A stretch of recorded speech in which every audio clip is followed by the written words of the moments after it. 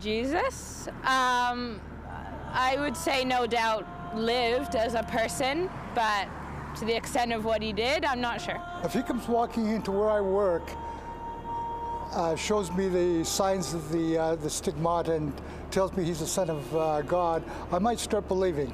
I don't believe in God, first of all. Maybe because I grew up in like an age of science. I have a lot of different thoughts and theories on Jesus, but I don't think coming back from the dead is really possible.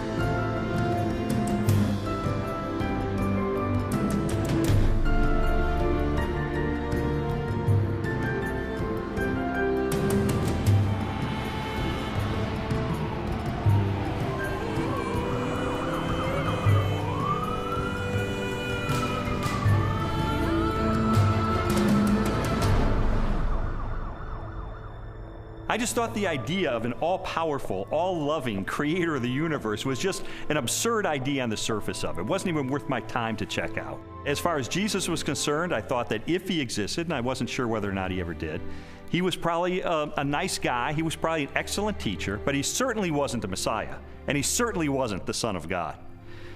Now, my wife was more in spiritual neutral. She was more of an agnostic, whereas I was more antagonistic toward Christians. I just didn't know where all the pieces fit together. I didn't know who Jesus was or how he fit into the picture. Lee was antagonistic towards God. I was simply confused. There really was no room for God in my relationship with Leslie when we were dating and when we got married, but you know what? We were happy. We didn't have any problem with that. When I first started going to church, Lee responded very negatively. He basically told me that this is not what he had signed up for, that when we had gotten married, he had life planned in a way that did not involve church. My biggest fear with Leslie was that she was going to turn into some religious prude or something, and I thought nothing good can possibly come out of this. But even though I had all these negative ideas of things that were going to happen, in the ensuing months I began to see positive changes in her character and in her values and the way she related to me and the children. And it was winsome and it was attractive. And so when she invited me to go to church with her on January the 20th of 1980, I thought, you know what, I'm going to go. Get her out of this cult, that she's gotten involved in. He did go in with his reporter's notebook so he could take notes and try to find the scandal. Well, the pastor gave a talk that day called Basic Christianity, and he just systematically laid out what it is that Christians believe. And my mind was blown because I had all these misconceptions, and he really did straighten me out on a lot of things. And I remember walking out that day saying two things. First of all, I was still an atheist. He didn't convince me that day that God exists. But secondly, I realized if this is true, this has huge implications for my life. Lee's approach was very different from mine. Mine was mostly a heart issue. I wanted to know that God was real, and the way that was real for me was experientially. And for Lee, it was more about documentation, about being able to have facts that proved it true. Well, I was a journalist, so there was really no problem with me picking up the phone and calling a scholar and saying, hey, I'm Lee Strobel, I'm with the Chicago Tribune. I'd like some background information about the New Testament. And so I would do that, and I thought it was going to be so easy to expose the fallacious thinking behind Christianity. But as it turned out, it took me almost 2 years of my life to investigate these issues. It really was, in a sense, the most exciting story I'd ever pursued as a journalist. I think, unfortunately, because the documents, the New Testament and specifically, were written so far after Jesus' death, that it's really hard to say. I don't know of myself that it was real. I was not there, but people were there at that time. So their account of things that happened back 2,000 years ago has been passed down. As an attorney, I rely on evidence. And so, you know, it would be tough to get evidence at this late date. Well, I began my investigation by looking at the gospel accounts. How did I know that the New Testament was telling me the truth when it talked about Jesus? Now, obviously, I didn't accept the New Testament as being the inspired Word of God. I certainly didn't accept it as being inerrant. But what I had to accept it as being, which it undeniably is a set of ancient historical documents. And I knew that historians had criteria that they could apply to determine whether or not these documents are trustworthy. So those are the kind of people who I pursued. I went after the heavy hitters. I went after the expert witnesses who could help me sort through these issues. J.P. Moreland, Biola University. Mark Strauss, Bethel Seminary. Craig Blomberg, Denver Seminary.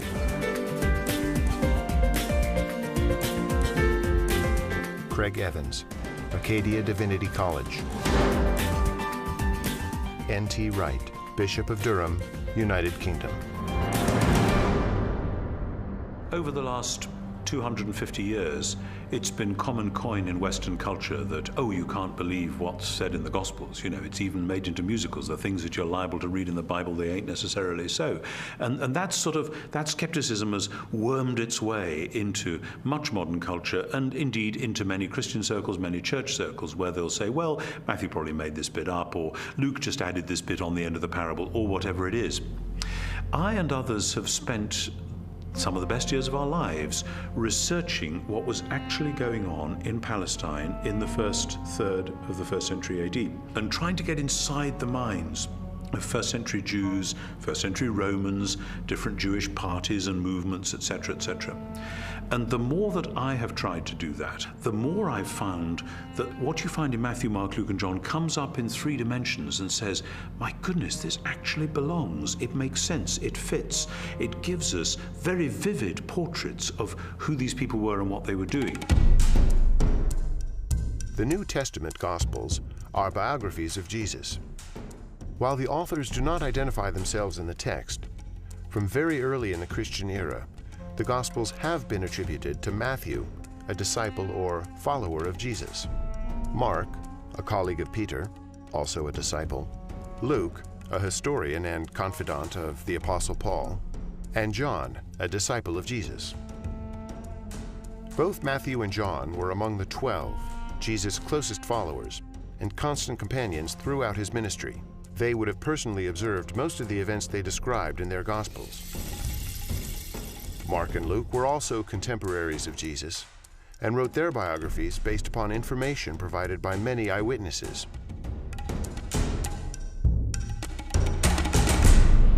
I knew from my years as a legal journalist the importance of eyewitness testimony. In fact, the first question that anybody asks is, how many eyeballs are there? How many eyewitnesses do you actually have? And I needed to determine whether or not contemporary scholars have ascertained whether or not the Gospels are rooted in eyewitness testimony. It's become evident to scholars of the first century that the Gospels were actually attempts to write biographies of Jesus. Now, not in the modern sense, because the Gospels are not particularly interested in his early years. But when it comes to Jesus' adult life and his activities, these are biographies. They're very clearly attempts by eyewitnesses to describe exactly what Jesus said and did, and the consensus of New Testament scholarship has moved in that direction. Many have undertaken to draw up an account of the things that have been fulfilled among us, just as they were handed down to us by those who from the first were eyewitnesses and servants of the Word. Luke chapter 1, verses 1 and 2. Luke's gospel begins with a prologue. It's actually one of the finest Greek sections in the whole New Testament. Luke was clearly a literary artist. But in that prologue, he points out that he has carefully investigated the material that he presents in the Gospels, that he's checked with eyewitness accounts, those who are actually present. If you read that prologue and you see this is the work of a historian, this was someone who has done his research. Therefore, since I myself have carefully investigated everything from the beginning, it seemed good also to me to write an orderly account for you, most excellent Theophilus, so that you may know the certainty of the things you have been taught. Luke chapter 1, verses 3 and 4. You have to understand that people in the first century valued eyewitness testimony. And this is why, from the 2nd century on, it was important to the early church fathers that the people who were alleged to have written the Gospels actually wrote them, and that they were eyewitnesses of the things they wrote. We have actually very early attestation of the authorship of the Gospels. The early church father Papias, for example, as recorded by the church historian Eusebius, identifies Mark's gospel as essentially the eyewitness account of Peter. Well, Papias was a disciple of the Apostle John, so we are only one generation removed from Jesus himself. That's a pretty close testimony, and strongly suggesting that, in fact, the Gospels are based on eyewitness accounts. Now, of course, it's not what you would have seen if you had a video camera there, because, after all, if you put a video camera on a street corner, even in Washington, you'd get politicians coming to and fro. You wouldn't actually have a story that would make sense. You'd have a string of random, unsorted events. That doesn't mean that none of it happened, that it's all made up. It's just to acknowledge what is blindingly obvious, that it has been edited and no doubt shaped by the needs of the community, because people tell the sort of stories that they want to tell, because this matters to us urgently here and now. Most historians date Jesus' birth between the years 7 and 4 BC, and his death no later than AD 33. Jesus' public ministry began with the choosing of his disciples and lasted approximately 3 years, culminating in the Passion Week and his trial and death. Scholars generally agree that the Gospel of Mark was written first, sometime between the years 60 and 75 in the 1st century. Matthew and Luke were probably authored shortly after, followed by the Gospel of John. The New Testament Gospels are by far our earliest and most reliable records of Jesus of Nazareth. All of the New Testament Gospels were written in the 1st century. Not only are they remarkably close to the events themselves, but in fact, eyewitnesses are still around. If they were passing on untruths, if they were not passing on reliable history, then we would expect eyewitnesses to say, wait a minute, this isn't what happened. But eyewitnesses are around. Eyewitnesses could confirm what they said. All of the gospel writers either were eyewitnesses or interviewed eyewitnesses to gain the information that they gained about Jesus Christ. As I scrutinized the gospel accounts even further, I realized that it was important to find out not just whether or not the information was rooted in direct and indirect eyewitness testimony, but I needed to know, was this information reliably preserved during the time period before it was finally written down? We have to put ourselves into the ancient world without modern media, without even a print-based culture in which the only and the standard way of preserving information was through oral tradition, most of which was memorized. Young rabbis were often forbidden to comment on a passage of Scripture until they had memorized it perfectly. In fact, it was not uncommon for rabbis of Jesus' time to commit the entire Torah to memory. I've sometimes heard people say, look, I've been in a situation where I whisper something to someone, they whisper it to someone else, and it goes through 10 or 11 people, and by the time the last person tells what was said, it's totally different from what I told the first person. And we can't trust the Gospels for the same reason, because it was transmitted over a long period of time. That illustration is really a bad analogy, and you have to understand that the 1st century apostles who passed on information about Jesus were deeply concerned to get this information correct, because they saw it as sacred holy tradition. It wasn't about what Joe was eating for dinner last Wednesday night. In our day of instant media and everything has to be on film or tape recorded, we are more skeptical of oral tradition, but we don't really understand the nature of oral tradition. Oral tradition is a community event. A story is passed down by individuals within that community. Well, if they get it wrong, you've got an entire community that's going to correct them. So it is self-correcting all the way. These stories were passed on reliably because they were passed on by the community of disciples. In fact, we now have scholarly studies that have been done of oral cultures, and we know that through several generations, Oral tradition can be preserved and passed on without changing a thing. Even though I became convinced that ancient cultures could pass along oral tradition reliably over time, I still had an obvious objection to the New Testament, and that was, isn't it really filled with contradictions? One of the issues people often raise is the question of apparent contradictions between the Synoptic Gospels, where there's a parallel story. For example, Matthew tells the story of 2 blind men being healed, whereas in Mark's account there's only 1 blind man. How can we get this contradiction? The vast majority of these apparent contradictions, however, are quite easily resolved. Mark describes only one of the 2 blind men, the one who is most prominent, obviously, or perhaps even the one who became a disciple of Jesus and became prominent in the later church. So most of these apparent contradictions are quite easily resolved. Had every single account given us exactly the same detail, we might have accused them of some form of collusion, of having gotten together and carefully planned out how they were always going to tell the story with the exact number of details, but then one doesn't have independent testimony at all. It's natural when you have multiple eyewitnesses to the same event. You're going to get different perspectives, and that's okay. You want that. What you're looking for is a core to the testimony that's the same, that's consistent, even though there may be some variation in the incidental details. If you're in a court of law and you have multiple witnesses come in and testify to the exact same thing, the first objection that's brought up is to say collusion. They got together, they orchestrated their testimony, and their credibility is shot. The earliest known copies of the Gospels were written on sheets of papyrus and scrolls made of animal skins. They are among the oldest existing manuscripts of antiquity. The Codex Sinaiticus was authored between AD 330 and 350. It contains almost all of the New Testament and a significant portion of the Old, while the Codex Vaticanus from the same era is a nearly complete Greek copy of the entire Bible. A papyrus fragment from the 18th chapter of John dates to AD 125, less than a single generation after the Gospel was originally written. When I found out that we have no original survivors of the manuscripts of the New Testament, I became very skeptical. Because if all we have are copies of copies of copies of copies of copies, then how do we know that what we possess today bears any resemblance to what the original said? We have better manuscript attestation for the New Testament than any other ancient document.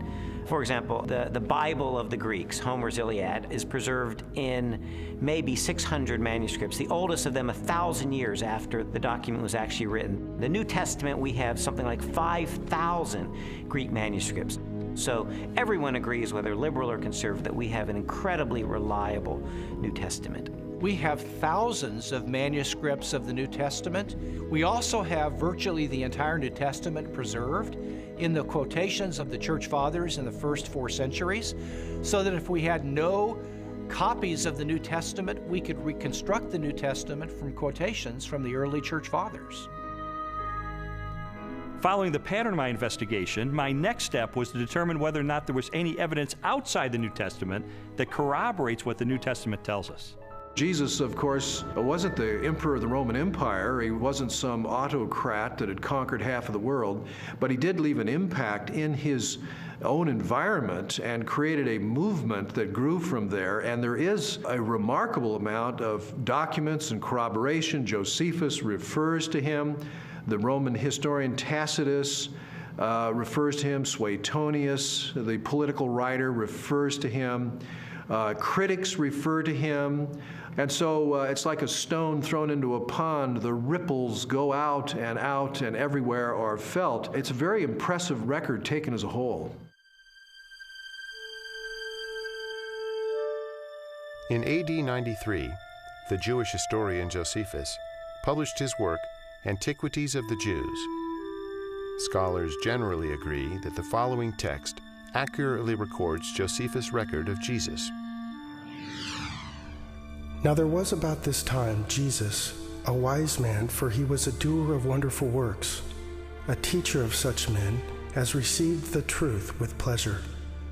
He drew over to him both many of the Jews and many of the Gentiles.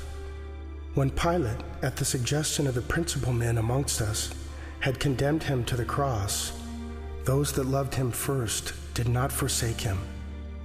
And the tribe of Christians, so named for him, are not extinct to this day.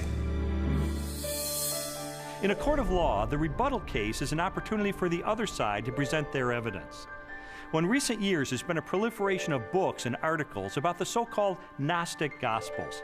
And I wanted to figure out, does this represent the mainstream of academic scholarship? The Gnostic Gospels are a collection of religious writings from the 2nd and 3rd centuries. They blend the teachings of Jesus with a variety of ancient philosophical beliefs.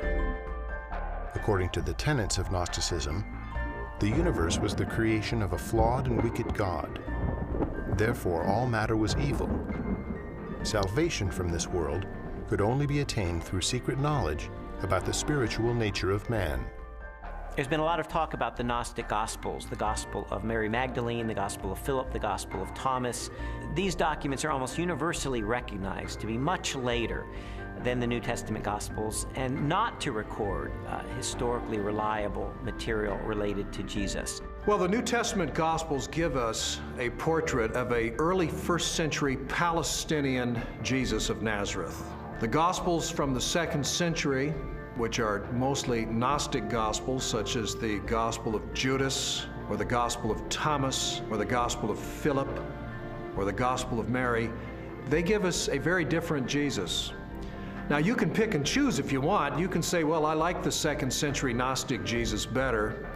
Others might want the early 1st century Palestinian Jesus. But if you're going to be a scholar about it, and you're going to talk about, well, which Gospels really do give us earlier traditions that more reliably reflect the actual historical Jesus, you got to go with the New Testament Gospels every time. There's a view among some that there were all of these different competing views of Jesus Christ, and that the one that won out became the orthodox perspective of Christ reflected in the Gospels. All the evidence runs contrary to that. Jesus was a 1st century Jewish teacher who revealed and demonstrated himself to be the Messiah. That's the presentation we get in Matthew, Mark, Luke, and John, the New Testament Gospels. These later Gospels, these Gnostic Gospels, present a very different Jesus, almost a Greek philosopher, an esoteric Gnostic Jesus. It's clearly not the authentic historical Jesus. What I've come to discover is that the Gospels in the New Testament, Matthew, Mark, Luke, and John, are our best sources for Jesus. And I've also found that they are reliable, and that from these sources we can form a picture that I believe is very accurate, that tells us about Jesus, what he taught, how he was perceived by his contemporaries, and what his life was really all about. Everything from Jesus' parables to his healings, to his controversies, to his warnings, and all of that, the reason they were telling this stuff is that not just it was good advice for them in their own day, but that it actually mattered, that it actually happened. And if it hadn't happened, you're into a totally different worldview, a worldview which is about ideas, which is about self-realization, hugely popular in our culture just now, discovering who I really am. You know, for goodness sake, Jesus didn't come to help me discover who I really am. He came to tell me who he knew I really was and to do something about it. And that's much better news. After a while, as the evidence would accumulate more and more, it was like there were these scales and they began to tip increasingly. And I began to go from a hard-hearted, cynical atheist to someone who was still skeptical, but who was more open-minded, maybe more of a spiritual seeker, someone who was willing to follow the evidence wherever it took me.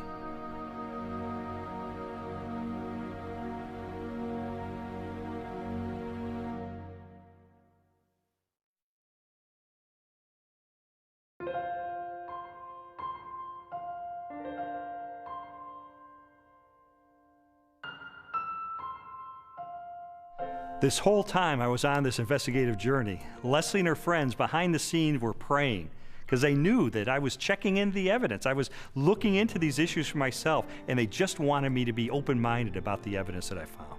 I was feeling like my whole world was opening up into something new and way more exciting and fulfilling than what we had been on. And it was that frustration of trying to help him to recognize that that was the case. Well, Leslie tried several things during this period to try to spur me on in my investigation. It didn't help very much. For instance, she would leave Bible tracts around the house, or she would take a Christian book and highlight certain passages and leave it open on a coffee table, things like that. And it really didn't help, but I told her it was not helping, and she understood that. But I think sort of the whole time she was holding her breath, because this was not a very smooth investigation.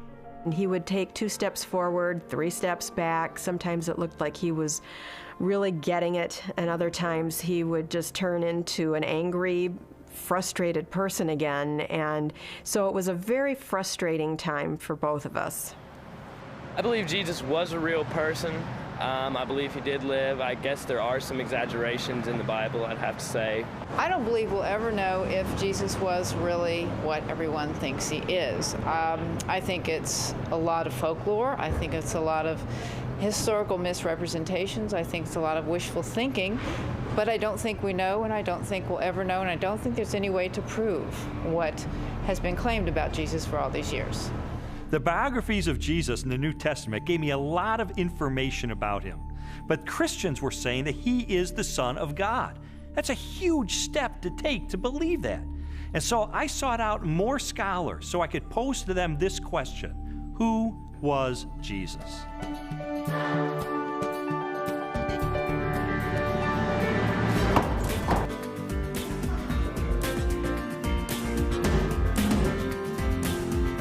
Michael Rydelnik, Moody Bible Institute.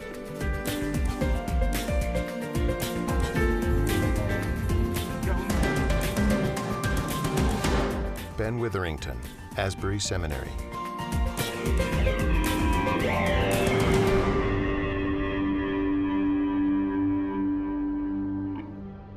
Now, this is one of the things I love about Jesus, and it says something to us. His identity is complex. He can't be pigeonholed. He fits no one formula. There's a lot of aspects to who he is. But always, he presents himself as a challenge to the status quo, to preconditioned thinking about what Son of God, what Messiah must be. He's carving out his own niche. He's doing his own thing like a great and creative artist. He is not simply replicating anything from the past. He is taking bits and pieces of prophecies and ideas and wisdom literature and law and you name it, and he's made a whole new gumbo. And he's serving it up, and people don't know what to think. He goes in a synagogue and says some of this stuff, and they go, wow, a new teaching, and with authority. Shazam! Amazingly, people say, you know, no one teaches like him because he spoke with his own authority. Our sages, our rabbis, always taught that you have to teach in the name of someone else. You know, Rabbi so-and-so says in the name of Rabbi so-and-so. That's the way rabbis were taught to teach. Yeshua came and said, you've heard it said, but not what my rabbi taught me, but I say unto you. And he would clarify, even overrule in some ways, the Old Testament law. Well, this law was given by God himself, for Jesus to say, I am the authoritative interpreter of the law. I am the one who has come to fulfill the law. That's an extraordinary claim, a claim to essentially the authority of God. The Spirit of the Sovereign Lord is on me, because the Lord has anointed me to preach good news to the poor. He has sent me to bind up the brokenhearted, to proclaim freedom to the captives. Isaiah 61:1. It's interesting because when Yeshua went into the synagogue, that was the passage he read. And he says, this day, this verse is fulfilled in your hearing. And basically he's saying, I'm the servant that's described here. I'm the one who fulfills this. Philip comes to Jesus and asks him to show us the Father, and Jesus says, the one who has seen me has seen the Father. Jesus clearly presents himself as the self-revelation of God. Those who meet Jesus are, in fact, meeting God. When Jesus is brought before Caiaphas, the high priest, and some of the Sanhedrin members that have gathered the evening that Jesus is arrested, they're trying to find incriminating evidence, they're trying to find incriminating testimony, and they're not doing real well. And finally, the high priest asked Jesus directly, tell us plainly, are you the Messiah, the Son of God? And Jesus says, I am. And you will see the Son of Man seated at the right hand, coming with the clouds of heaven.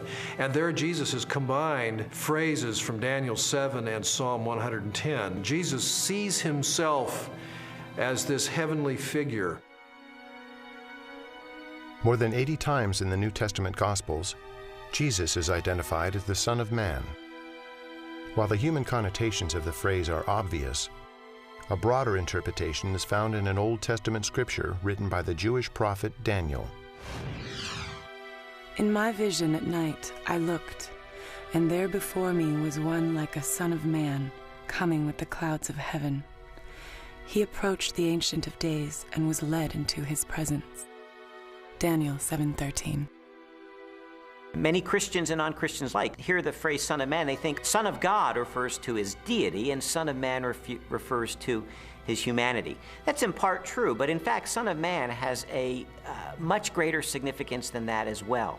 The title Son of Man, Jesus draws that title from Daniel chapter 7, where a glorious messianic figure comes before the Ancient of Days, a reference to God, and he is given all glory and power and majesty. That portrait of this glorious Messiah is the one that Jesus identifies himself with. He is the Son of Man. So Son of Man doesn't just mean a human being.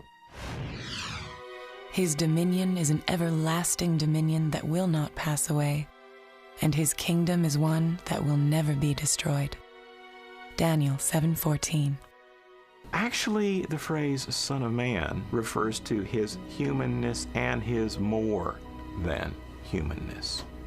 Because no human being can rule forever unless he's a forever person in some kind of way. In addition to the claims that Jesus makes about himself in the New Testament, there are also reports that he performed the miraculous, that he walked on water and healed the sick and turned water into wine and raised the dead and did exorcisms. And so I had to know, is there evidence that these miracles are a result of his divine nature? Jesus' contemporaries, that is, people who liked him, people who were indifferent, neutral, and people who opposed him, all acknowledged he did extraordinary things. Now, of course, the people who liked Jesus and believed in him and followed him said Jesus did these powerful works because of the Spirit of God. People who opposed him would say, well, I admit he does these amazing things, but it's because the devil is helping him.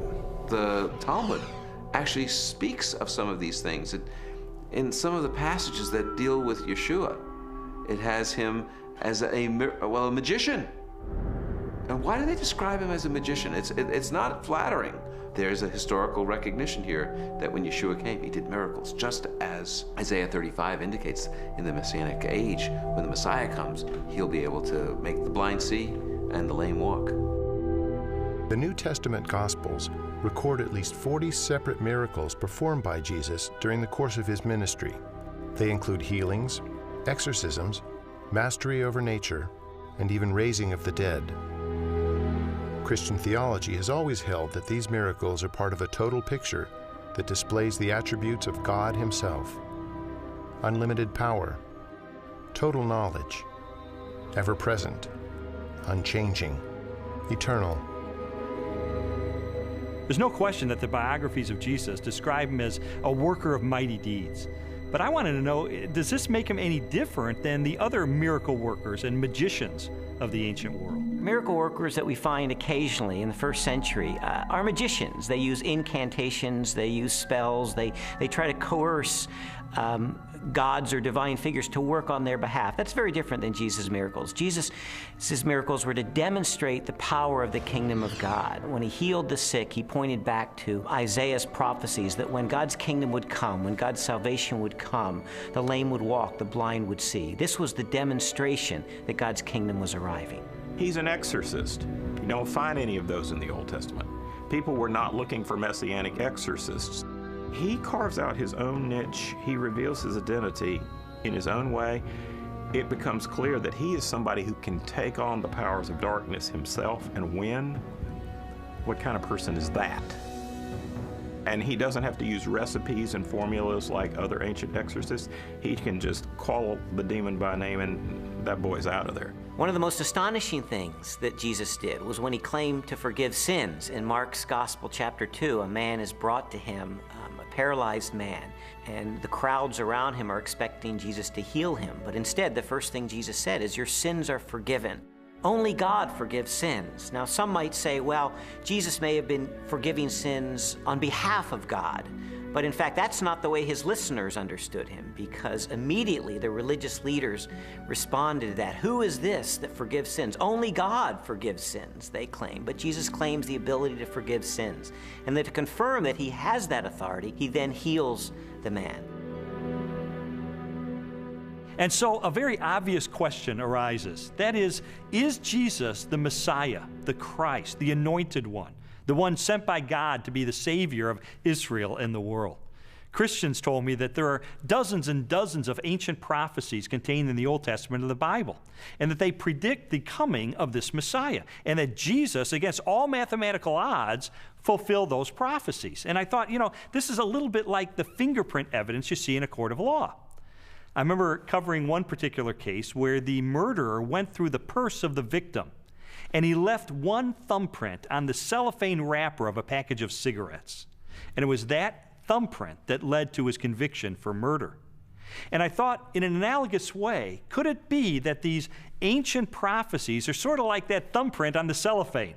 Do they create a thumbprint that only Jesus Christ in all of history manages to match?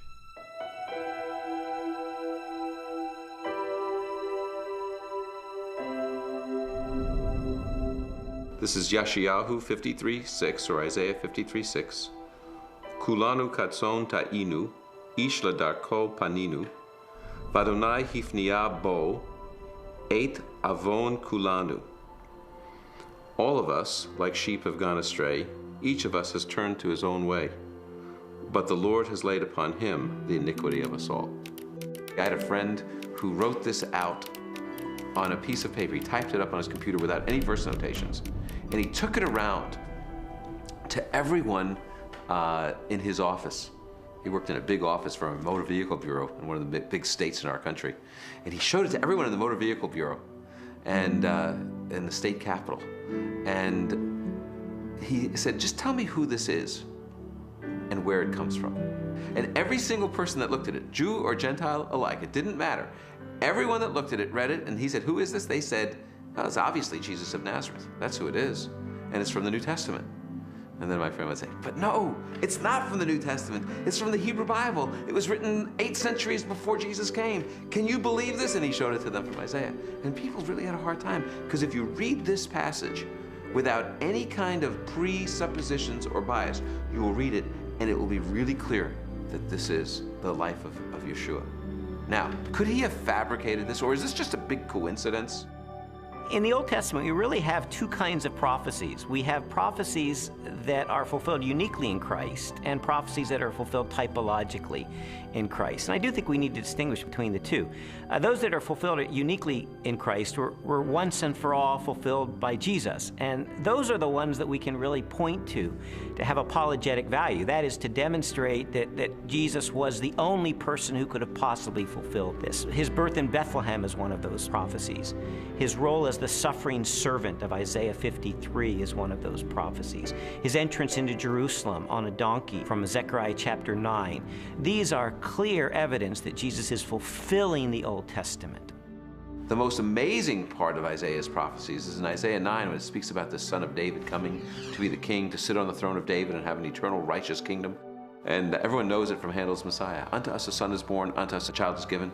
And the idea of this verse is that the Messiah will actually be born, physically born. And then it says, and his name shall be called Wonderful Counselor, Mighty God, Father of Eternity. In other words, he's the creator, the author of time. Some skeptics have said that Jesus could have engineered the fulfillment of these prophecies. Of course, Jesus could not have determined where he was going to be born, so to be born in Bethlehem, obviously he could not have engineered that. Also, as the suffering servant, it would have been difficult for him to engineer such a specific fulfillment of Isaiah 53. But on the other hand, the fact that Jesus performed certain actions that in fact fulfilled prophecies only demonstrates that he was indeed the Messiah. Anyone who enters Jerusalem riding on a donkey in obvious fulfillment of Zechariah 9:9 is saying, yes, I am the Messiah. So we certainly have a glimpse in that fulfilled prophecy of the self-consciousness of Jesus, that he truly believed that he was the Messiah. Scholars have determined that Jesus fulfilled at least 4 dozen major prophecies, each written a minimum of 3 centuries before his birth. Their content ranged from specific details about his life to the symbolic implications of his death. Psalm 22 gives a poetic picture by David, written in the first person, of what the Messiah will be like in his suffering. And one of the things he says is that they will pierce my hands and my feet. Now, David wrote before crucifixion was known, probably by about 300 years. So Isaiah 53 says he was pierced through. It gives us the reason for his death. He was pierced through for our iniquities. So there's a purpose. He dies not just because he's a martyr, but because he's a substitution for sin.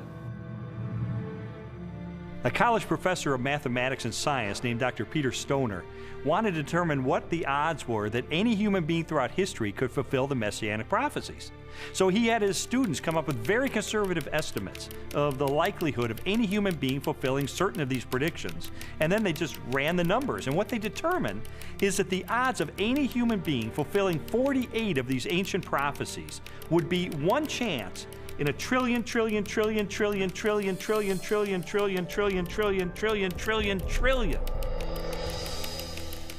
It is mathematically virtually impossible.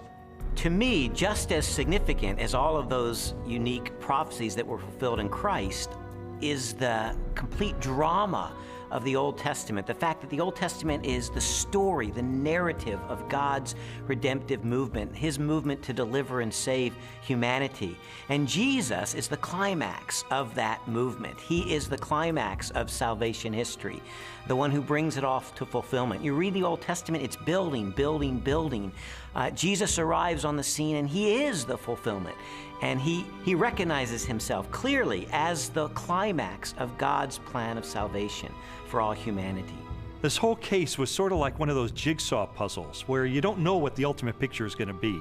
You just put together the pieces, and as I was putting together all of the evidence, it started to take shape, and I sort of stepped back and I could see that it was a portrait of Jesus Christ.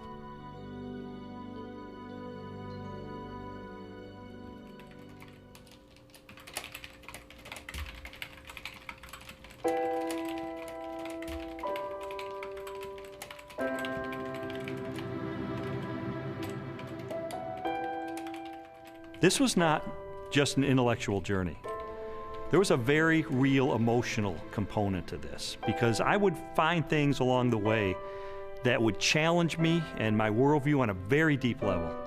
And I would recoil from it, and I wouldn't want to believe it. And I mean, there were so many reasons why I didn't want there to be a God, because I did not want to be held accountable for my life. I didn't know at the time why Lee was so angry. I thought it was just being stubborn. He says, after coming through it, that it was conviction. It seemed that the more Leslie's values were changing and her character was being transformed and the way she related to me and the children was changing, it would highlight the contrast with my life. I was feeling fearful and angry as well that he was being affected by it in the way that he was. I mean, the truth is, I felt like I was losing Leslie. She was being pulled away from me into this Christian subculture. I didn't fit in there. I'm the atheist. I'm the skeptic. And yet I felt like she was being pulled away, and I loved her. I didn't want to lose her. And it got to the point where I was so angry over the whole thing. One day I just reared back and I kicked a hole in our living room wall, just out of rage over the situation. It was a very ugly scene right in front of Leslie, right in front of our little girl. They were crying, and I didn't want to lose her.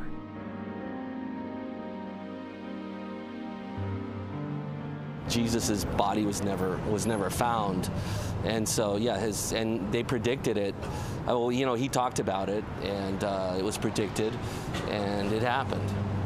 I mean, it's this easy, it's as simple as that.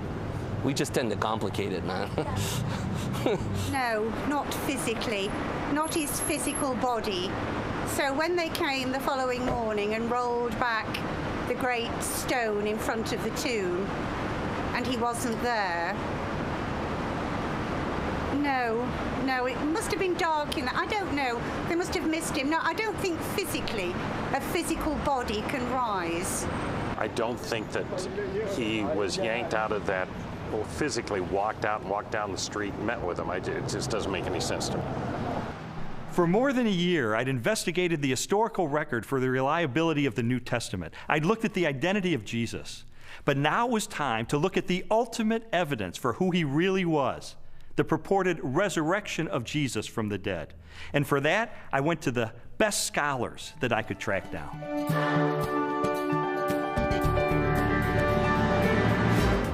William Lane Craig, Biola University. Gary Habermas, Liberty University.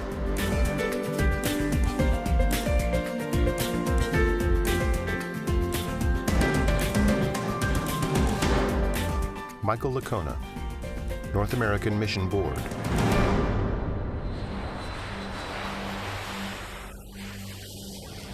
You see, while Jesus was on earth, he made some really radical claims. He claimed to be the uniquely divine servant of God, and he claimed that the only way that we could get to God would be through him. Now, I submit to you that if one of your professors made some claims like that, you would think that he or she was a few French fries short of a Happy Meal. Those are some really audacious claims. Well, a lot of Jesus critics responded to him the same way that you or I would respond to someone making those claims today. Oh yeah, pal? You really think that's who you are? Well, tell you what, why don't you show it to us? Why don't you give us a sign? Show us a miracle or something. And Jesus said, well, I'll give you one miracle, one sign, my resurrection from the dead. The resurrection of Jesus really is the pivotal event of history. Anybody can claim to be the Son of God, as Jesus clearly did. The question is, can you back it up? What evidence is there to support your claim? What credentials do you have? And if Jesus really did return from the dead, that's excellent evidence that he is who he claimed to be, the one and only Son of God. To weigh the validity of Jesus' resurrection, we must first consider his death. Many skeptics have proposed that Jesus merely fainted on the cross, or was drugged, and later escaped as part of a conspiracy. By contrast, the four gospel narratives collectively describe the events of his public beating, death by crucifixion, and burial. Pilate had Jesus flogged and handed him over to be crucified. Mark 15:15. Chances of surviving crucifixion were extremely bleak. Crucifixion and the tortures that normally preceded it was the worst way to die in antiquity. A person was scourged to the point usually that their intestines, arteries, and veins were laid bare. And then after that, a person was dragged out where they were impaled to a cross or a tree and then left hanging there in excruciating pain. In fact, the word excruciating comes from the Latin, out of the cross. Jesus was being tried and executed as a rebel leader. Now, in the Roman army, if you were responsible for looking after one prisoner of war, even if he was a rather insignificant prisoner of war, if you let him get away, your life would be forfeit in place of his, and life was very cheap. If you were looking after the execution of a rebel leader and you let him get away, you're in deep trouble. You're not going back home to your wife and kids. No way, game over. The Romans were very, very good at killing people. They specialized in it. They prided themselves on it. Perhaps the most definitive statement of Jesus' death at the hands of the Romans is recorded in the Gospel of John. One of the soldiers pierced Jesus' side with a spear, bringing a sudden flow of blood and water. John 19:34. Medical experts have concluded that this account from John, an eyewitness of the crucifixion, is evidence that as he suffocated on the cross, Jesus' heart had ruptured. There came a rich man from Arimathea named Joseph. Joseph took the body, wrapped it in a clean linen cloth, and placed it in his own new tomb that he had cut out of the rock. Matthew 27, 57 through 60. All four Gospels tell us that Jesus was buried in the tomb of Joseph of Arimathea.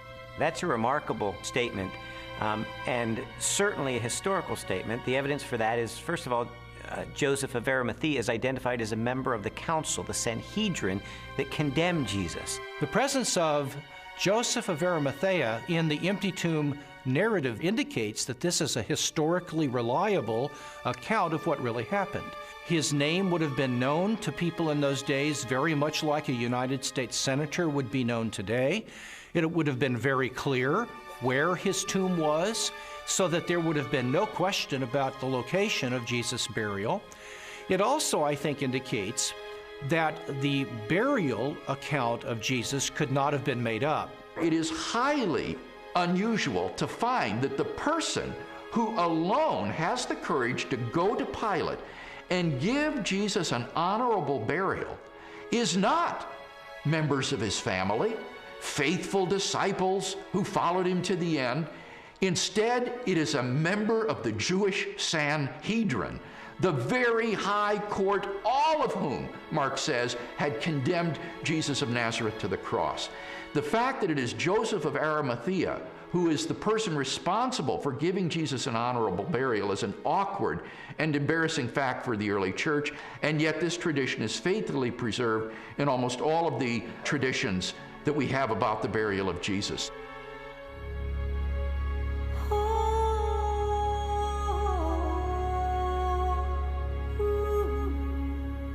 If Jesus really was killed by the Romans, if his body really was buried in the tomb of Joseph of Arimathea, then the next focus of my investigation became obvious. On the first Sunday after the crucifixion, was the tomb of Jesus Christ really empty? On the first day of the week, very early in the morning, the women took the spices they had prepared and went to the tomb. Luke 24, 1. The empty tomb story also has a very embarrassing feature of it that is preserved in the memory of the early church, namely the discovery of the empty tomb by women. Now, in order to appreciate this, you have to understand something of the status of women in Palestinian Jewish society. In that society, which was a patriarchal society, women were frankly second-class citizens. If you were going to invent an account about an empty tomb, then why on earth would you invent witnesses, primary witnesses, whom no one would believe? In fact, they would scoff at that later on. Supposing you were inventing the story of the resurrection of Jesus, many people have said, oh, this was all just dreamed up later on. Well, how would you have done that? The one thing you wouldn't have done would have been to have not only a woman, but a woman who's got nobody quite knows what, but a fairly shady past, as your prime witness. And yet there she is, Mary Magdalene, in Matthew, Mark, Luke, and particularly in John. And already by the middle of the 2nd century, the pagans are sneering, oh, this is just based on the testimony of hysterical women, you can't believe that. But the early Christians stuck to their story, they stuck to their guns, they stuck to the women. They said, this is how it was. Now, they just would never have made that up. And that actually has enormous ramifications. If this is how the story was, and they didn't change it to airbrush Mary out, then this really must have been what happened on that first Easter day. The chief priests devised a plan. They gave the soldiers a large sum of money, telling them, you are to say, his disciples came during the night and stole him away while we were asleep.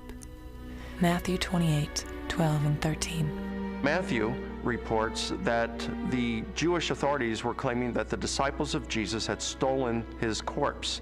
And this is verified by Justin and Tertullian a little bit later on, saying that the Jewish leaders were still saying the same thing in their day.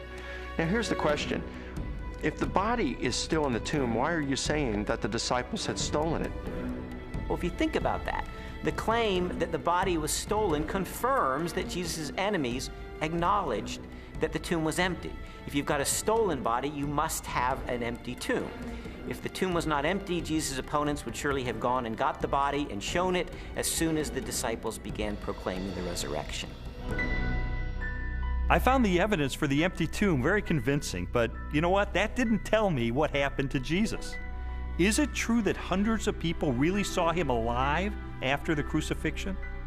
My research took me to a letter that the Apostle Paul wrote to the church at Corinth, and it contains the earliest passage of all about what happened to the resurrected Jesus.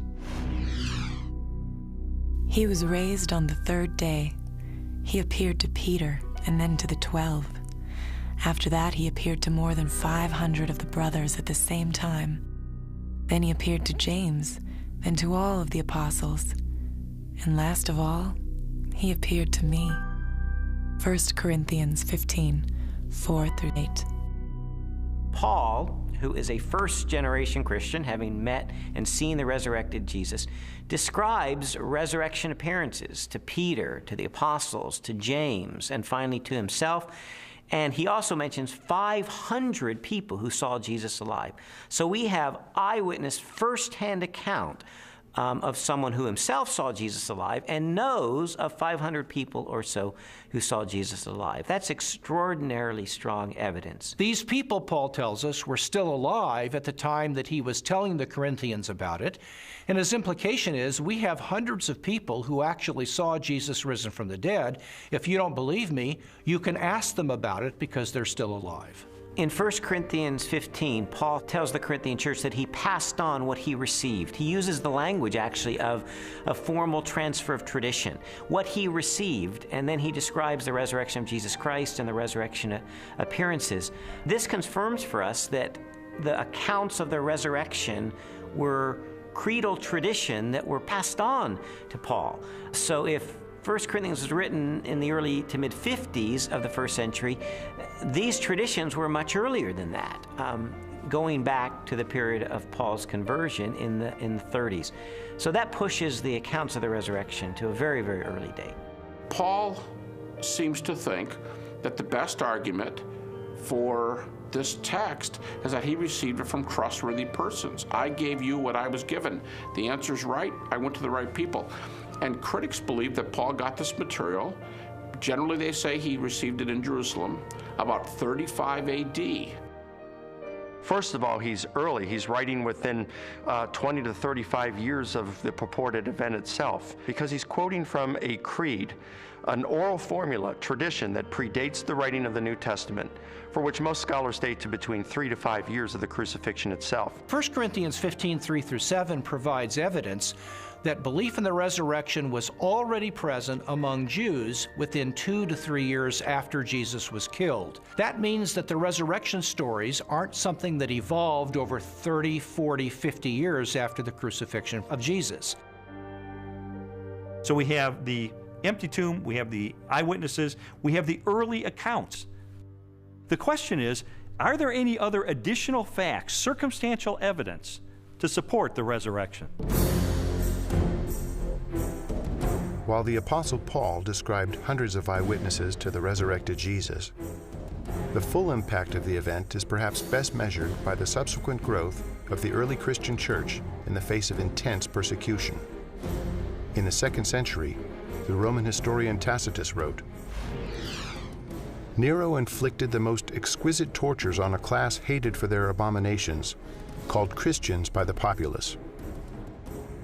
Christus, from whom the name had its origin, suffered the extreme penalty at the hands of one of our procurators, Pontius Pilate, and a most mischievous superstition, thus checked for the moment, again broke out not only in Judea, but even in Rome." Even the most critical, skeptical scholars recognize that the earliest disciples at least believed that God had raised Jesus from the dead. In fact, they pinned nearly everything on it. Without belief in Jesus' resurrection, the early Christian movement could never have come into being. They recognized in Jesus something special, but they wondered if they were mistaken when he died. They didn't anticipate that. Suffer maybe, but die at the hands of Pontius Pilate, the Roman governor? In fact, even when the first reports of his resurrection reached their ears, they were still doubtful and skeptical. But when they met the risen Lord, their skepticism was transformed into a very confident faith, a great joy, and a determination to preach the good news to everyone else. And I think that's the part that's awfully hard to refute, because we have this turnabout, this transformation of a discouraged and bewildered following on the basis of the good news. Somehow you have to explain the explosion from scared followers who run away to let's worship him, let's sing to him, let's pray to him. If there was no resurrection, and more to the point, if there was no resurrection appearances of Jesus, to those who doubted and were discouraged and denied and betrayed Jesus, we would not be sitting here talking about this today. Other messianic figures had risen in the past, had claimed to be somebody, and had been suppressed and killed by the Romans. Yet no movement arose around those dead messiahs. But these disciples of Jesus were willing to go to the ends of the earth proclaiming the gospel message. Were willing to suffer and die for that. The transformation from a bunch of defeated cowards to boldly, fearlessly proclaiming the gospel, even to the point of death, to me confirms that something happened on that first Easter morning. I have worked much harder, been in prison more frequently, been flogged more severely, and been exposed to death again and again. 2 Corinthians 11:23. After Jesus' crucifixion, the disciples lived lives of hardship for 20, 30, 40 years, suffered greatly in their ministries, and eventually suffered martyrdom and execution without recanting for their belief that they had seen Jesus risen from the dead. I mean, what were they gaining? Were they becoming rich? They're running around the countryside. They're, in some cases, abandoning their family for periods of time so they can preach. What they got for their efforts is death, in many cases. You also have to remember that the disciples died not just for something they believed was true. They died for something they actually saw with their own eyes. It's much more difficult to explain that away than it is for someone who dies for a belief and they're sincerely wrong. I came across a bit of evidence I really found fascinating.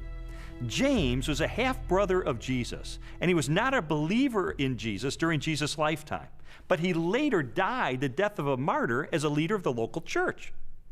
In a similar way, Saul of Tarsus was a persecutor of Christians, and yet he later becomes the Apostle Paul, this incredible missionary. So I had to ask myself, what led to this radical transformation of these skeptics? Sometimes people will come to believe something they wish to be true. If you believe hard enough that a person is loving and kind, you can talk yourself into believing that, even though the person is not loving and kind. It's very, very difficult, however, to explain people coming to believe something that they're actually standing against. Now, in the case of James and Paul, they did not believe in Jesus before his crucifixion. In fact, they thought he was deranged, and they did not accept what he said and what he taught. James, the brother of Jesus, is a skeptic who doesn't come to Jesus until he meets the risen Lord. Critics allow that. Paul's a persecutor till he meets the risen Jesus. That's not the kind of testimony of someone who all gets together and say, hey, let's just cook this thing up. One of the certainties, it seems to me, related to the testimony of the apostles is that they truly believed that Jesus was who he claimed he was, and they truly believed that he had risen from the dead, because they were willing to die for that. Very few people are willing to die for something they don't really believe in, or something even worse that they know to be a lie. When Jesus was executed, his disciples were rightly afraid. They scattered. They were fearful for their own life. Their hopes had been dashed because they had believed Jesus was the promised one who was going to usher a new day in for Israel. Turned out he wasn't, because he was murdered by crucifixion under the authority of the Roman Empire. And yet, Shortly thereafter, we find them taking a stand in Jerusalem, proclaiming that Jesus was the Messiah, the very Son of God. How do we explain that? How do we explain the fact that they were even willing to propagate this the rest of their lives and go to martyrs' deaths for their belief? The only rational explanation is that something happened to them between the death of Jesus and 3 days later, and according to their own words, it was that they saw Jesus risen from the dead for themselves. People have often said, and I think it's a perfectly fair position, that okay, there aren't actually any good alternative hypotheses for how you explain the rise of early Christianity, but because we know as an absolute fact which we're not prepared to let go of, that nobody ever rises from the dead, then there must in fact be some other alternative hypothesis. And I want to say, okay, if you want to make the absoluteness of bodily death the cornerstone of your entire worldview, I actually can't stop you. If you choose to say, no, here I stand, death is the end, and nobody ever comes back from it, and that's just the way it is, well, that's where a lot of people were in the ancient world, it's where a lot of people are in the modern world. I think that that worldview is radically challenged by the strong evidence which points to the resurrection of Jesus, but it's up to somebody what they do with that challenge.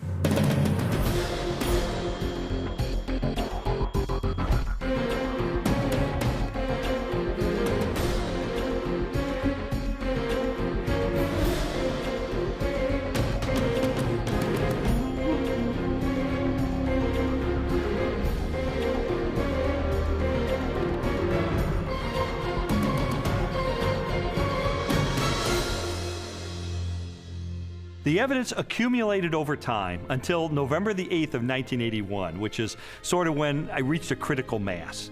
I remember going alone in my room, and I took a yellow legal pad and put a line down the middle, and on one side I started to list all of the evidence I had encountered for Jesus Christ being the Son of God, and on the other side all the negative evidence against that. And I wrote and I wrote page after page, and finally I put my pen down and I said, wait a minute.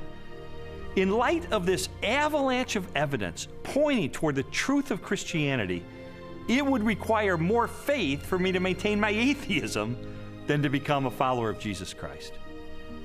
And so that's the moment that I decided, consistent with the evidence, the most logical, the most rational step I could take was a step of faith in the same direction the evidence was pointing, and put my trust in Jesus.